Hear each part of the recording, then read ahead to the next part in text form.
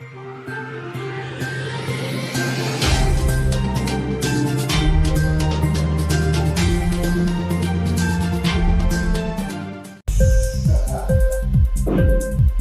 TV prime time news కి స్వాగతం.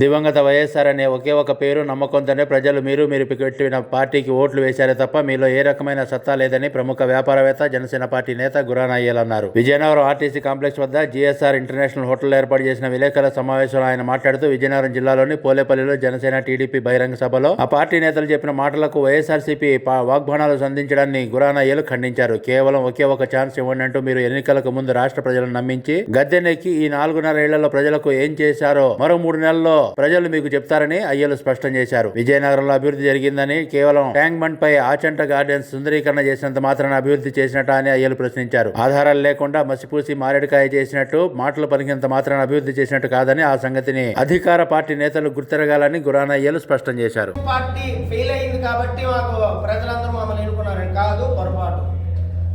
రాజశేఖర్ రెడ్డి కొడుకు అనే ఒక ఆలోచనతో ఒక్క ఛాన్స్ ఇవ్వండి మా నాన్నగారి పరిపాలన తీసుకుని వస్తానని అన్నారు కాబట్టి ఈ మాటలన్నిటికీ అప్పట్లో ప్రభుత్వం మీద వచ్చిన ఏదైతే చిన్న వ్యతిరేకత ఉందో ఆ వ్యతిరేకత కలిపి మీరందరూ గెలుపుకి కారణమైంది. మీ గెలుపు కూడా ఎలాంటి గెలుపు అనే విషయం మీకు తెలుసు కాబట్టి నేను దాని గురించి ప్రత్యేకించి మాట్లాడాల్సిన అవసరం లేదు. అంతకు మించి ఇంకోటి ఏం కాదు, ప్రజలందరూ కూడా తెలుసుకున్నారు, అతి తక్కువ కాలంలోనే తెలుసుకున్నారు. మనం పొరపాటు చేసాం, రాజశేఖర రెడ్డి కొడుకు అని చెప్పి నమ్మి మనం మోసపోయి ఈరోజు మన పరిస్థితి అధోగతి పరిస్థితి అయిపోయిందనే విషయం తెలుసుకున్నారు అందరూ. అంతేకాకుండా అందరూ నిత్యం కొట్టుకుంటున్నారు. మేము ఒక్కోసారి ఏదైతే మరి మా పాంప్లెట్లు అవి అందరు ప్రజలందరికీ ఇవ్వడానికి డోర్ టు డోర్ మేము వెళ్తున్నామో వాళ్ళందరూ చెప్తున్నారు, అయ్యా ఖచ్చితంగా మేము మీతో ఉంటాము, గతంలో మేము చేసిన పొరపాటుని సర్దిద్దుకుంటాము, మళ్ళీ ఎవరైతే ఇప్పుడు ఈ సైకో పాలన చేస్తున్నాడో తుగ్లక్ పాలన నిజంగా చెప్పాలంటే వారిని మేము తరిమి కొడతామని చెప్పేసి చాలామంది మాతో చెప్పడం, నిజంగా మేము ఆ డోర్ టు డోర్ వాటికి వెళ్ళినప్పుడు ప్రజలను కలుస్తూ ఉన్నప్పుడు వేరే సమస్యల కోసం కలెక్టర్ ఆఫీస్కి వీటికి వెళ్ళినప్పుడు కూడా అందరూ కలవడం వాళ్ళందరూ చెప్పడం చూస్తుంటే నిజంగా ఖచ్చితంగా కొత్త ప్రభుత్వం ఏర్పడే అవకాశాలు ఖచ్చితంగా కొట్టొచ్చినట్టు 100% కనిపిస్తున్నాయి. అంతేకాకుండా పొత్తుల గురించి మాట్లాడుతున్నారు మీరు తమరు, వాళ్ళు కూడా మనం ఎంత ఉపకారం పొందేమనే విషయం. రెండోది మీరు ఇంకొక మాట్లాడుతూ ఎంతో అభివృద్ధి చెందింది, ఎంతో అభివృద్ధి చేసాం అంటున్నారు. ఏం అభివృద్ధి చేశారో కొంచెం తెలియజేయగలరా ప్రజలందరికీను?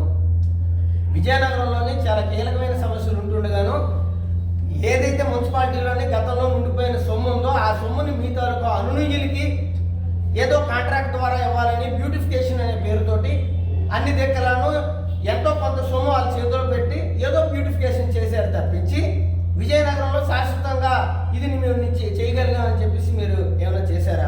వైఎస్ఆర్ నగర్ ఏదైతే గతంలోని వైఎస్ఆర్ నగర్ ఏర్పడిందో అన్ని సంవత్సరాల నుంచి వైఎస్ఆర్ నగర్ గతంలో మా అక్క ఎమ్మెల్యేగా ఉన్నప్పుడు రోడ్డు వేయడం జరిగింది తప్పించి, తెలుగుదేశం హయాంలో రోడ్డు వేయడం జరిగింది తప్పించి మీరేమైనా అంతకు మించి వైఎస్ఆర్ నగర్కి ఏమైనా కేటాయింపు చేశారా? కనీసం వాటర్ ట్యాంక్ ఇచ్చారా 5,000 ఇల్లుల దగ్గరికి? ఎందుకు మీరు పనికిరాని మాటలు మాట్లాడతారో అర్థం అవడం లేదు.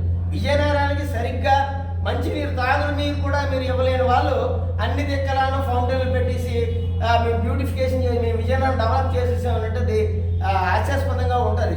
తెలియని వారికి ఎవరికో అందంగా ఉన్నదని అనుకుంటారు, కానీ అందులో ఉన్న లోటుపాట్లు చాలా మందికి తెలియదు. కాబట్టి మీరు అందరినీ కూడా ఒకే తాడు మీద ఒకే తాడు కట్టేయాలని అనుకోవద్దు. నాలాంటి వ్యక్తులు కూడా ఉంటారు అని గమనిస్తూ ఉండేవాళ్ళు అనే విషయం తమను ఒకసారి మీరు గమనించుకోవాలి.